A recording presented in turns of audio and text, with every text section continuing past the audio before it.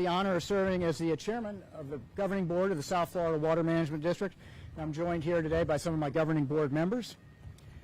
For those of you who don't know, the district is responsible for flood control, water supply, and the most ambitious ecosystem restoration effort in the world, restoring America's Everglades.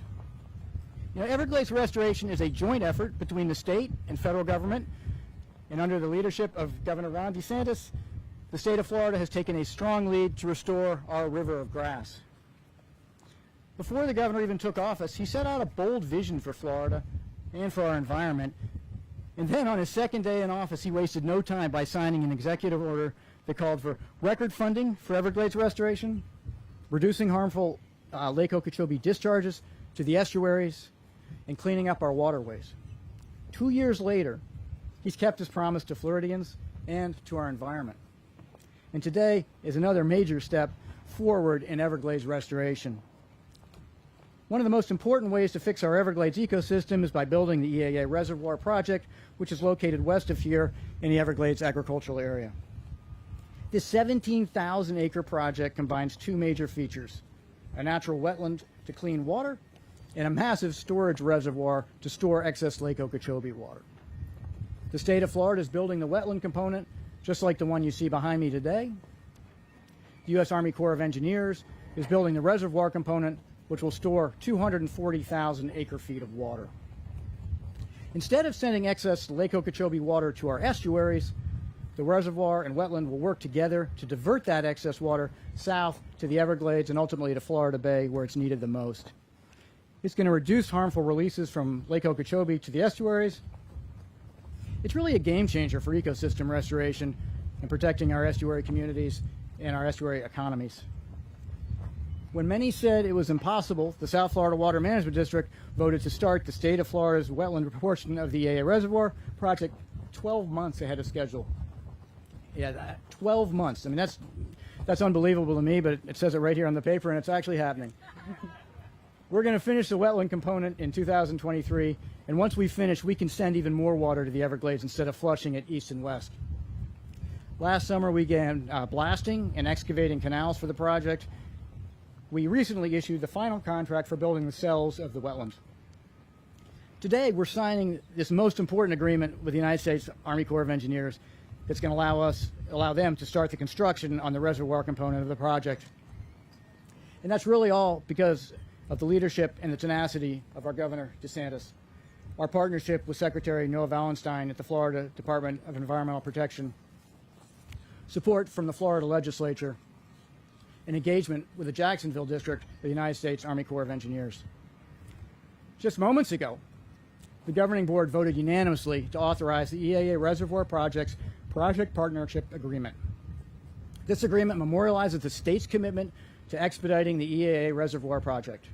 More importantly, though, the agreement is the last step necessary for us to take before the U.S. Corps of Engineers begins construction on their portion of the project of the reservoir. As a lot of you know, it's also Earth Day, and I'm so glad to not only celebrate Earth Day with all of you, but to be here to witness progress in action as the state of Florida takes its final step before the Army Corps starts construction. It feels like we have more momentum than we've ever had, and I want to thank our governor for his unwavering commitment to Florida's water resources and Everglades restoration. Now, in case you weren't with us a couple weeks ago, we celebrated progress in the removal of the old Tamiami Trail roadbed in Miami-Dade County. The massive Caloosahatchee Reservoir on the west coast is well on its way to being completed soon. The C-44 Reservoir stormwater treatment area along the Treasure Coast, right over there, are going to be done in a matter of months. And additional storage is being developed north of Lake Okeechobee. When you couple all these projects with the EAA Reservoir project, the Everglades is going to be given new life. But we really don't work alone here at the district, and I'd like to say thank you to our partners. As I look out in this audience, I see so many people who have been critical to getting us to where we are today. Senator Joe Negron, sitting right there in front of me, I am in awe of your courage, sir. Thank you so much for what you've done for all of us in the coastal estuaries, and thank you for making this possible. I see many of our stakeholders here. Your tenacity, you've been working on this for 4, 5, 6 years. Thank you so much for being here. I'd also be remiss if I didn't recognize the men and women of the South Florida Water Management District who are led by our Executive Director, Drew Bartlett. Thank you. Lastly, I can't say enough to thank you to Governor Ron DeSantis for the opportunity to serve the people of Florida, to get the projects done for our environment. Governor, 3 short years ago, I have a feeling the odds makers would have been betting against us standing here today. This reservoir has been an absolute uphill battle, but it's a battle that needs to be fought. You showed, and you continue to show, courage and leadership. And when I'm sure it was politically expedient for you to just throw in the towel, you didn't do that, because that's not your nature. When you commit to something, you commit, you lead, you make it happen. It's a real honor to be able to welcome you here today, and I now give you the 46th Governor of the state of Florida, Ron DeSantis. Thanks, Governor.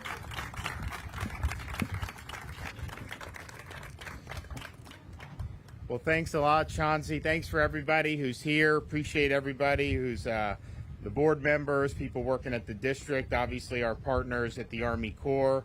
Joe Negron, congratulations. Great to see you here. I know you were instrumental in us being here today. So thank everybody for their commitment to the Everglades. As Chauncey said today, the South Florida Water Management District unanimously approved the project partnership agreement with the U.S. Army Corps of Engineers so that federal construction can finally begin on the critical EAA reservoir. Prioritizing Florida's vital water resources has been a major part of my administration. We pledged record funding, and people were excited about it, but they knew it would be an uphill battle. We did it the first year, and everyone was happy. We had it on track for the second year, and then COVID came.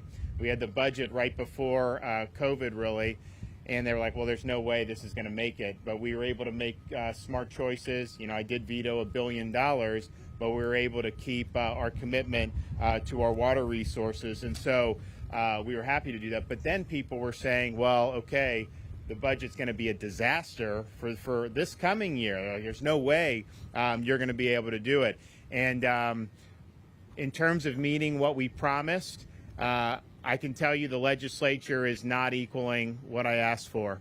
They're doing much more for both water resources and for Everglades. So we're actually putting the pedal to the metal, even in this uncertain budget time. But I think part of the reason why we're able to do that is because the state's healthy. We have a healthy economy. You know, they were predicting big shortfalls a year ago. And then as the months went on and they did new revenue estimations, they would always revise it upward. And that was a reflection of the fact that people were working, people were coming here, we had things going. So we did our budget in January reflecting the December estimates, but we knew there was going to be more money every month, January through the end of the fiscal year, but we didn't count it in my budget because it hasn't been estimated. So we knew when they would do in early April, actually a week or two ago, that revenue estimation, they were going to estimate even more revenue coming in, and they did that.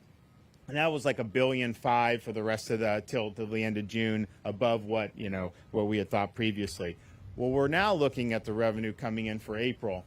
So they just did a sharp upward revision like 2 weeks ago, and we think we're going to be $300 million over that upward revision for the month of April in terms of the tax revenue that's coming in, and that's because sales tax, it's because of documents, it's just because the economy is performing far better than people thought. And so that's good in and of itself. Obviously there's a lot of different things that we deal with when we talk about the budget, but in terms of having sustainable support for certainly for the state's portion of these projects, we haven't said the federal government needs to do all this. We've said we're going to do our share, and we want support. We want a partnership, and I think that's what's happening today. I mean, if you look at the progress over the last 2 years, we've initiated the final phase of construction for the C-43 reservoir.